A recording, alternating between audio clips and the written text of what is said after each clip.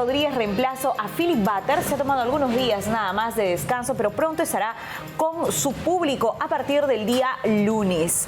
Iniciamos comentando la declaración del ministro de Defensa, Jorge Chávez Cresta. Recordemos que se anunció la movilización de 2 ministros de Estado a la frontera con Ecuador por la difícil situación que se vive en ese país y que sin duda nos implica, nos relaciona, nos somete a una situación de revisión de nuestras estrategias de seguridad frente al crimen organizado internacional. Ayer ha sido un día muy triste para la prensa, para la política, para la sociedad ecuatoriana y esperamos que en realidad en nuestro país sí se estén realizando acciones bajo una estrategia que nos permita no solamente que el gasto de los recursos económicos, recursos humanos sea efectiva, ¿no?, en la lucha contra el crimen organizado. Pero la pregunta es, porque esta denuncia se realizó, me parece, hace un año y medio, ¿por qué existe munición, por qué existen armas en Ecuador con el registro de Fuerzas Armadas del Perú?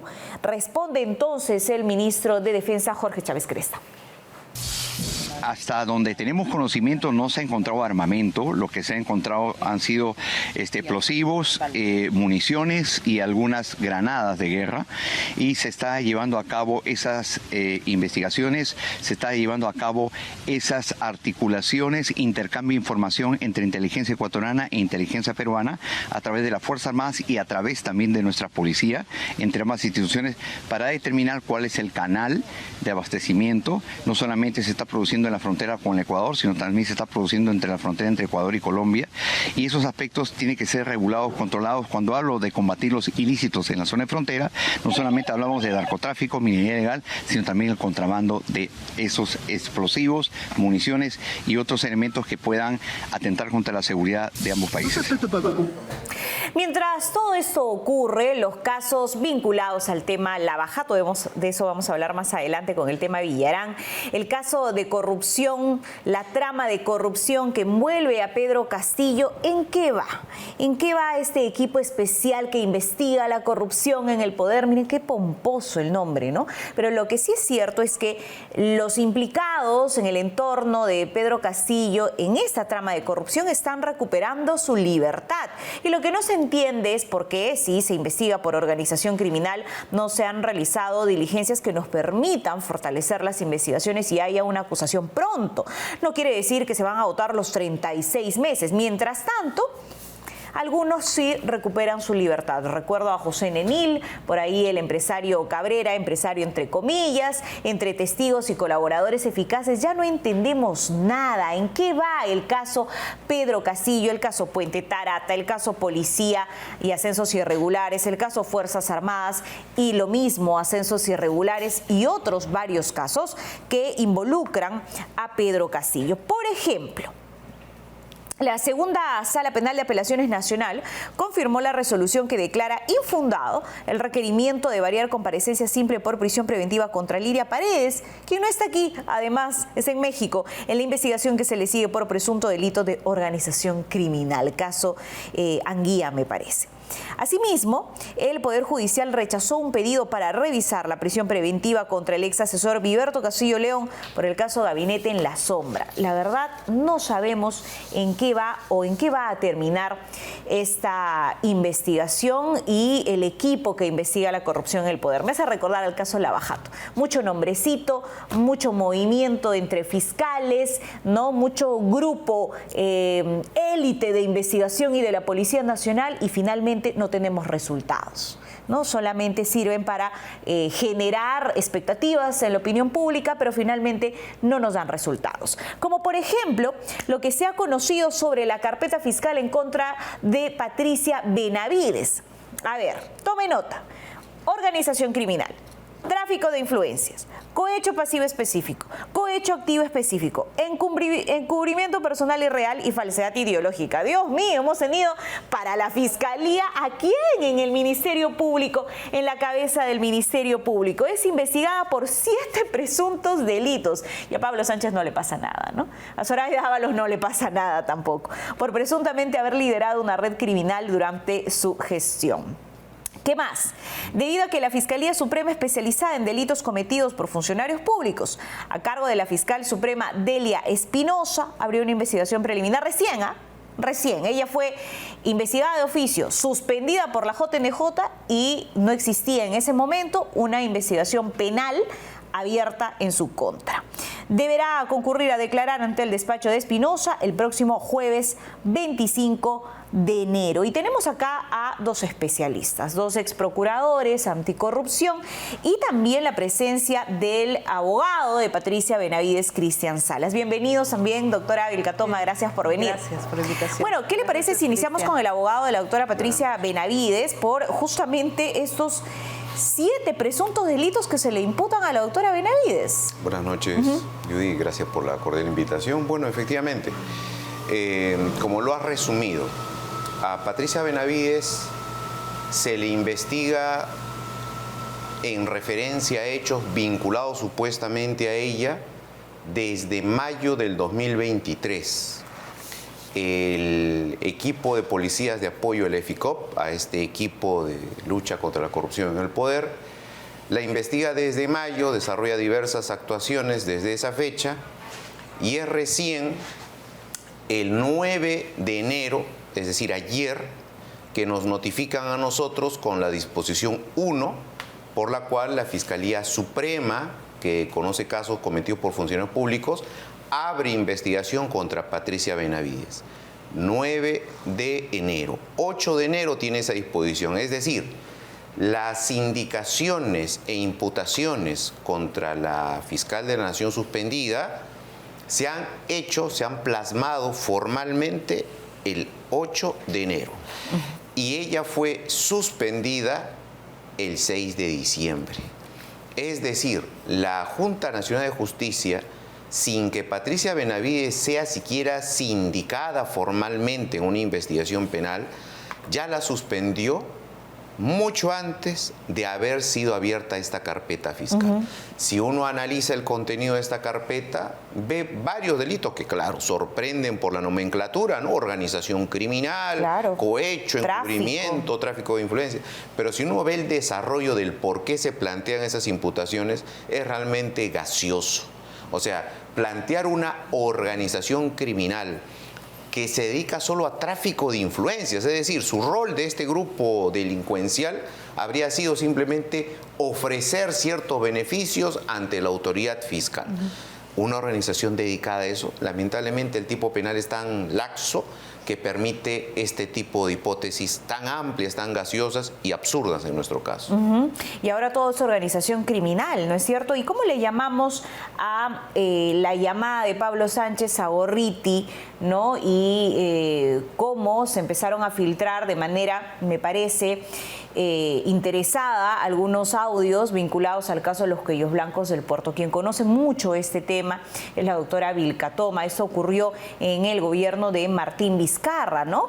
Donde hubo un factor político importante que interfirió con la investigación del caso. Doctora Vilcatoma, bienvenida. Gracias, Didi.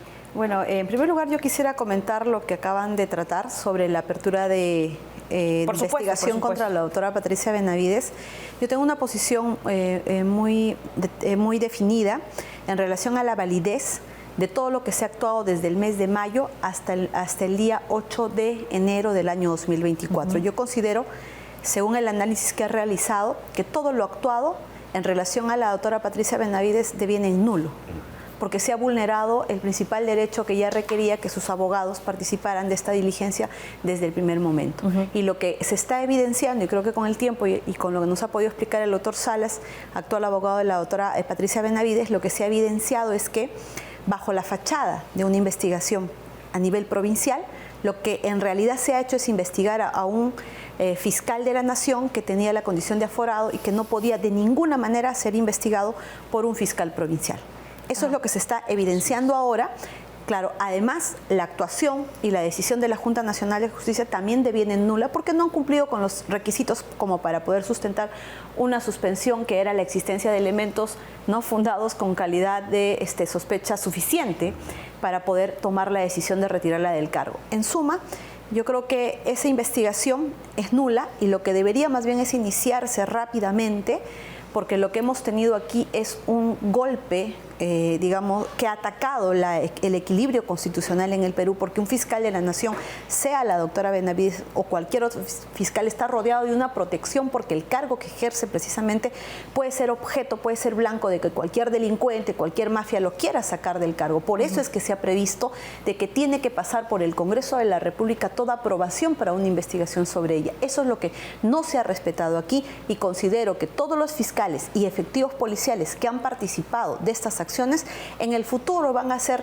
destituidos de sus cargos, van a tener que asumir muchas responsabilidades porque se ha inobservado lo que la Constitución, la Ley Orgánica del Ministerio Público establece, lo que establece también el Código Procesal Penal. Y hago también un cuestionamiento muy grave sobre la forma en la que se está asumiendo acá hoy esta investigación a mando de la Fiscal Suprema, que no tiene la competencia de investigar a la doctora Benavides, sino lo tiene que hacer el fiscal de la Nación, porque esa es su facultad constitucional reconocida únicamente al fiscal de la Nación. Queremos saber, no sé, el doctor nos podrá explicar, ¿hay algún tipo de, inhibición por parte del fiscal de la Nación para conocer este caso? Porque aquí hay un tema que hay que prestarle atención, Yuri.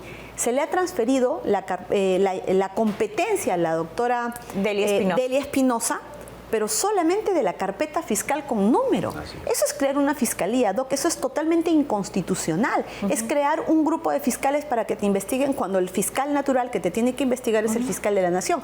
En todo caso, tenía que haberle cedido todo el equipo de FICOP, tendría que haber pasado a disposición con todos los casos que hubiera, no solamente de Patricia Benavides. Villena, ¿por qué lo hace? Yo considero que han incurrido en una infracción constitucional tanto el doctor Villena como la doctora Delia Espinosa. ¿Y a quién le corresponde hacer el control el Congreso de la República? Yo creo que en el futuro, muy pronto, ellos van a ser investigados por infracción a la Constitución, porque están inobservando total y completamente, ¿no?, la legalidad de cada una de las actuaciones. O si no puede hacer nada.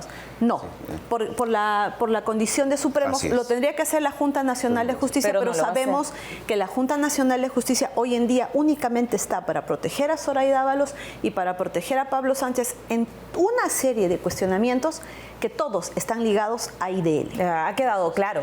Lo dicho por Jenny me permite darte una primicia.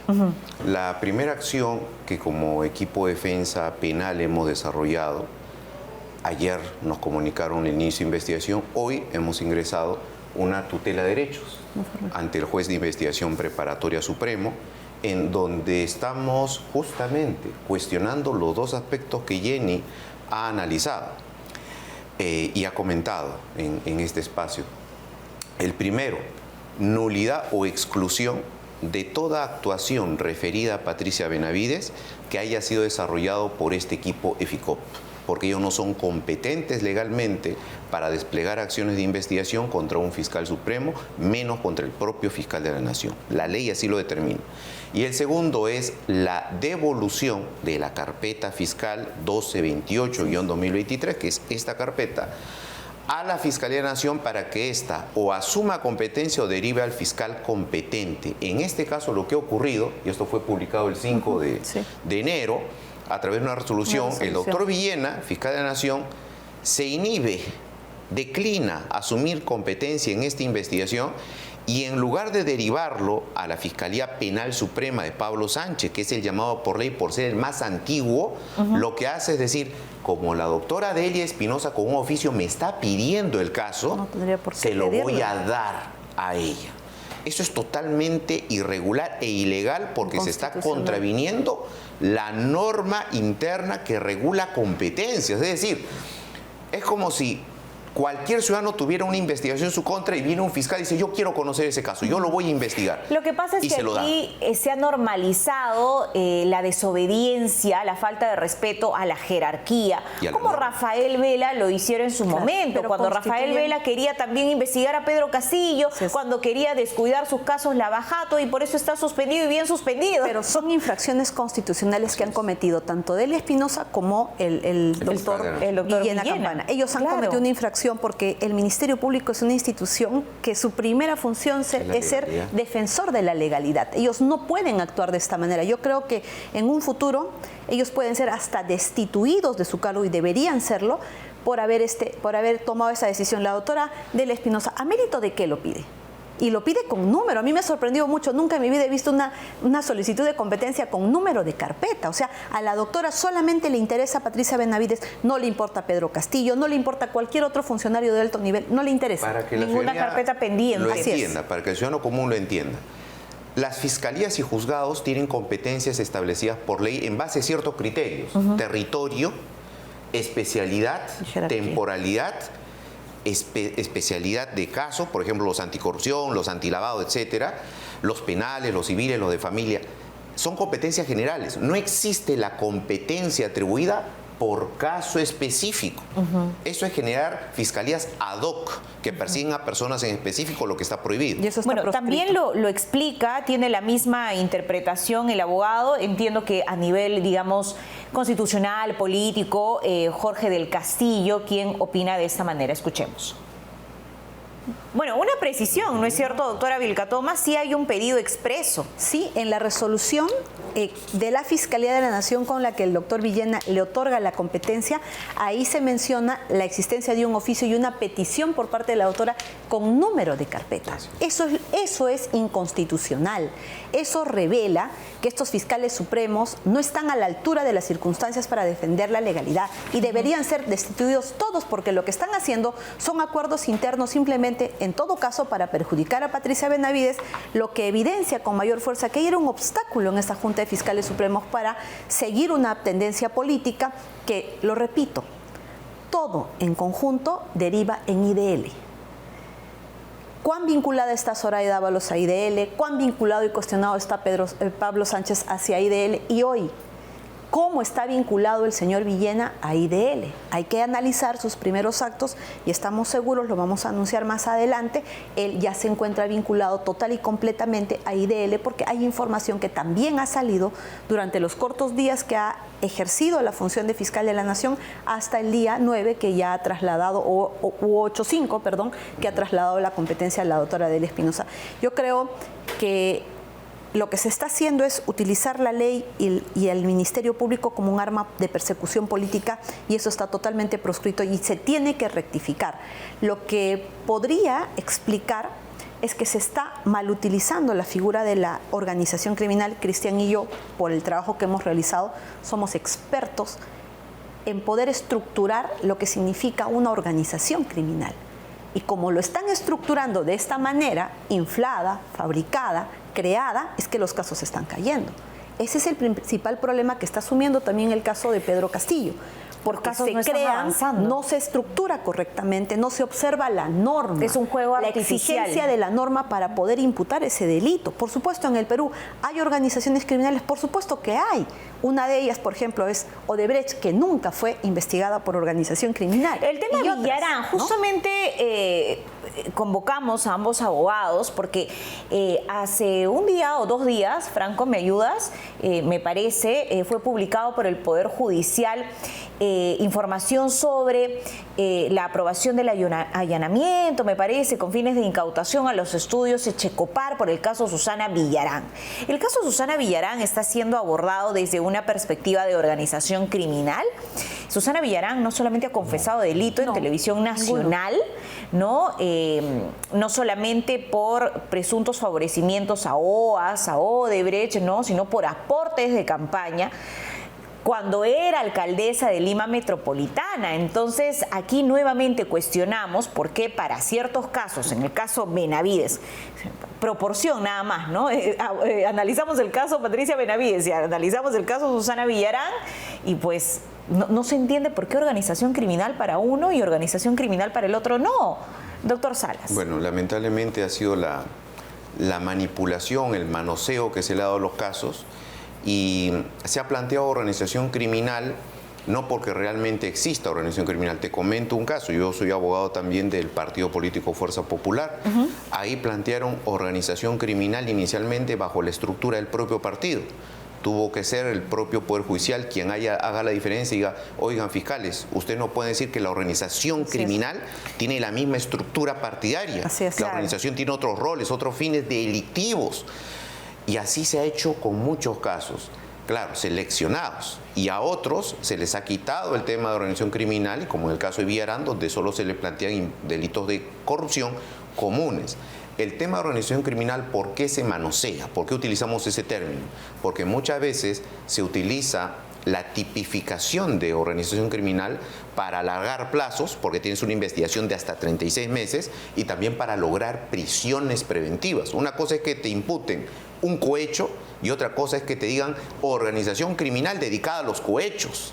Son dos cosas diferentes. Y entonces hay jueces que son ligeros al evaluar esto y dicen, no necesitamos un gran nivel de sospecha, suficiente con que algún colaborador haya dicho, sí, hay una organización criminal, y bajo eso dictan prisiones preventivas. De 36 meses. De 36 meses. Terrible. Al final esos casos, como no se logran aclarar, se van cayendo. Me preocupa mucho que en el EFICOP ya había casos muy avanzados respecto al tema Pedro Castillo y que lamentablemente hasta ahora no avanzan, y podría ser por el grave error de que en el EFICOP han abierto carpetas todas con organización criminal.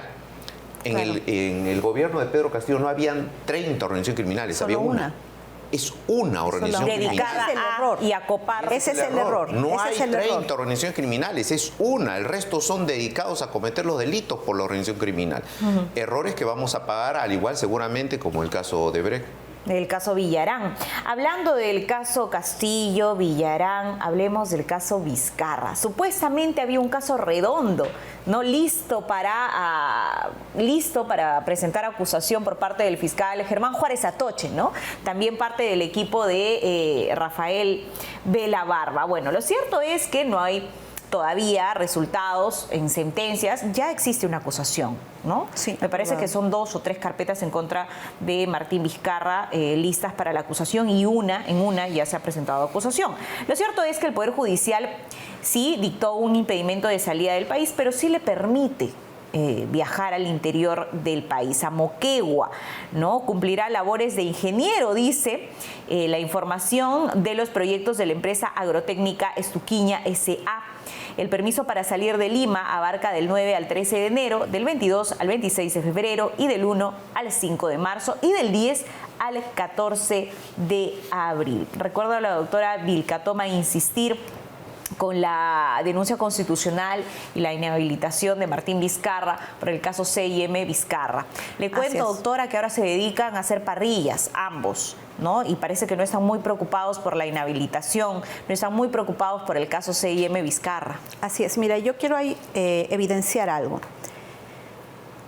Martín Vizcarra tiene un trato privilegiado en el Poder Judicial, y lo digo de manera afirmativa por cada una de las decisiones que se han ido tomando, que siempre son a su favor.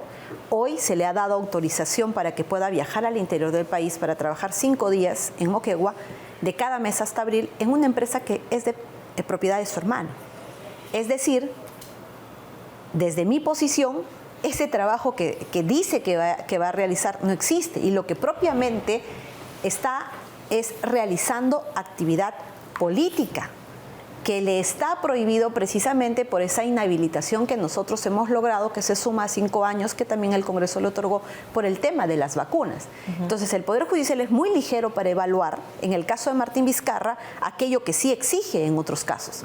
Considero que esa decisión debe de ser revocada. Esta es una empresa de su hermano, no garantiza objetivamente que él vaya a realizar un trabajo, sino lo que propiamente está haciendo es sacarle la vuelta a la inhabilitación con este permiso hacia Moquegua, destinado netamente para las actividades proselíticas. Yo creo que ese halo de impunidad que viene protegiendo a Martín Vizcarra, que hoy no tiene una sola prisión preventiva, y en el caso de él, si habían elementos de convicción que probaran, por ejemplo, no solamente la existencia de un delito y que lo vinculara, sino la obstaculización. Recordemos a Karen Roca y cómo de manera objetiva dio datos en cómo, por ejemplo, se reunió con los fiscales de la Nación, además en cómo se borraron audios, se borró información de Palacio de Gobierno en relación al caso de Richard Swing. Claro. Y cómo hubo acción objetivamente también, ¿no? se demostraba que sí había obstaculización y no se le dio la prisión preventiva. Es más, en el caso de él, a diferencia de muchos peruanos a nivel nacional que son sometidos a peticiones de prisión preventiva, se le consideró el arraigo laboral con el único sustento de indicar que él era un candidato en una campaña para el Congreso. Y esa no es una labor que te genere ingresos, no es propiamente algo que se tenga que calificar para acreditar un arraigo laboral. Es evidente ya en el Poder Judicial que él está gozando de impunidad y eso tiene que llegar a su fin. ¿Por qué cree usted, doctor Salas, que el caso Martín Vizcarra, no un caso, ¿no? Son varios casos que tiene pendientes Martín Vizcarra, inclusive fue beneficiado pues por la prescripción también, algunos de ellos, no termina por cerrarse, no hay sentencia y él sigue evidentemente en medio de la impunidad? Recordemos que son incluso casos de cuando él tenía la gestión de gobernador regional. Como en la época de César Álvarez, más o menos de ese mismo. Antiguos, sí, y que llama la atención. No sé si Control Interno en su momento ha intervenido, pero llama la atención porque han demorado tanto a nivel de Fiscalía a desarrollar las investigaciones preparatorias y posteriormente porque en algunos casos la Fiscalía no ha solicitado medidas de coerción y porque en otros casos los jueces han denegado las medidas de coerción. Es importante revisar todos estos antecedentes porque recordemos que en el ambiente político lo que se plantea es que Martín Vizcarra supo desde el poder organizar, meter mano a Fiscalía, Poder Judicial, tener tentáculos. Muestra ello es las reuniones que tuvo con las fiscales del caso Cuello Blanco. Sandra Castro, Rocío Sánchez. Generar impunidad, lograr eliminar adversarios políticos a través de la Administración de Justicia. No es el momento quizás, pero en su oportunidad yo estoy seguro que esas responsabilidades se van a tener que ver. La presencia de Patricia Benavides en el cargo nos daba luces de que eso podría ocurrir, de que se pudiera poner orden. Lamentablemente ese sector interesado ha recobrado nuevamente ese poder y difícilmente lo volverá a soltar. Ahora, Patricia Benavides, y es la percepción personal en realidad sobre su desempeño, me parece que todavía no entiende o ha sido sorprendida por la fuerza que la has terminado sacando del cargo. Me parece que ella no estuvo preparada para enfrentar a este bando, ¿no?, que pretende recuperar fuerza en el Ministerio Público. La escucho defenderse de manera temerosa. Creo que más convicción tienen los abogados por la claridad y el conocimiento de la norma penal y constitucional, pero a ella no la veo así. Cuando la escuché en su último video y la vi leyendo y no hablar con tanta seguridad como escucho, por ejemplo, al doctor Salas o al doctor Juan Peña o a Jorge del Castillo, no siento esa misma convicción de Patricia Benavides. ¿Está temerosa, doctora Vilcatón? Considero que la doctora Benavides, mientras estuvo en el cargo, hasta el último segundo debió tomar todas las acciones necesarias para garantizar la independencia del Ministerio Público porque todavía estuvo más días y más horas en el cargo. Esa es mi opinión personal. Sin embargo, debo decirte, como haber sido también víctima de lo que significa un avasallamiento, una persecución política, nadie tenía la capacidad de soportar esta operación que se ha llevado a cabo para retirarla del cargo. Nadie podría soportar que te tengan neutralizado en tu misma institución, que tú no puedas ingresar a tu despacho, que te tengan filmado, que si hablas con una persona ya es delito, que si llamaste a un juez ya es delito, que si tomaste una decisión ya es delito, con una maquinaria de demolición mediática que, como la que hemos visto, estaba totalmente organizada. Pero ocurrió con Pedro Chávarri, ¿no? Ocurrió, pero como te digo, el tamaño de esa campaña de demolición nadie lo puede soportar.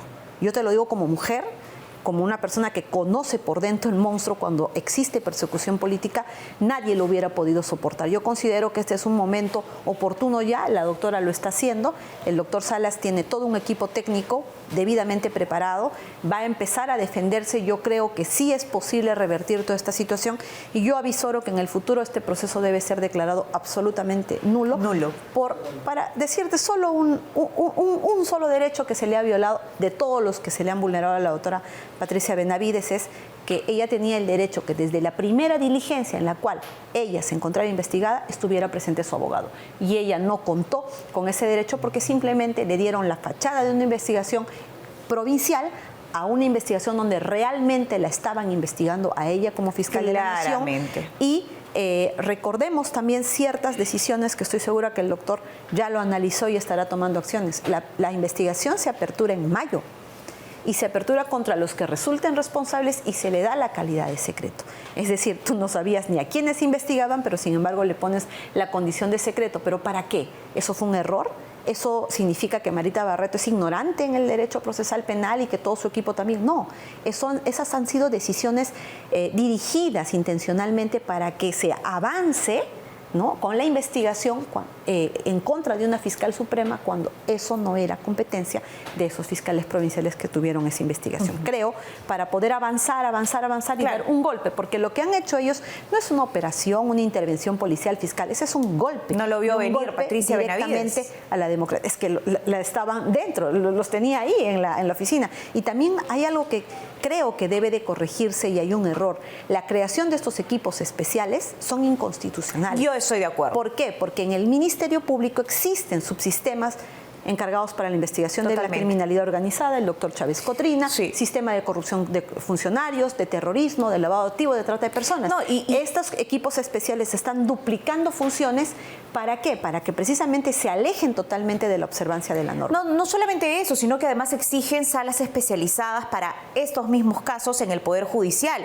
Entonces, a mí me parece que eso es un privilegio también. Es decir, una persona que no ostenta ningún cargo, que no está vinculado a la política, tiene que esperar que le den fecha para sus audiencias y más. Pero Rafael Vela pedía una sala exclusiva para el caso Lava-Jato para que se acelere, según él, ¿no?, el tema procesal, las audiencias y demás. ¿Y por qué? ¿Eso no es un privilegio? Tiene una razón, tiene una explicación en el caso de Lavallato. Por eso considero que son inconstitucionales y que no se deben crear más esos equipos especiales como tal. Porque esa investigación cuando llegó al Perú, porque se empezó en Estados Unidos con la delación premiada de Marcelo Odebrecht, lo que tenía que haber hecho es ingresar al Ministerio Público y derivarse a la Fiscalía de Crimen Organizado para que la investigación se aperture por crimen organizado contra Odebrecht. Yo creo que más efectiva.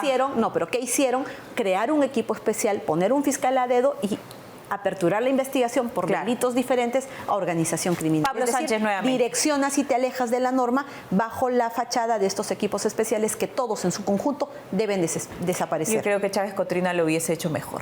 Por supuesto que sí. Por supuesto que sí. Por supuesto Nos que vamos sí. a la pausa, continuamos, en breve regresamos con más información, con más detalles sobre los casos que están pendientes. Yo les recuerdo, siempre hay que tener Hirudoid a la mano, fabricado en el Perú con la reconocida fórmula alemana. Hirudoid es su aliado contra golpes y hematomas, actuando eficazmente hasta en las capas más profundas de la piel y reduciendo el tiempo de recuperación. Hirudoid, tenlo a la mano siempre. Pausa y volvemos.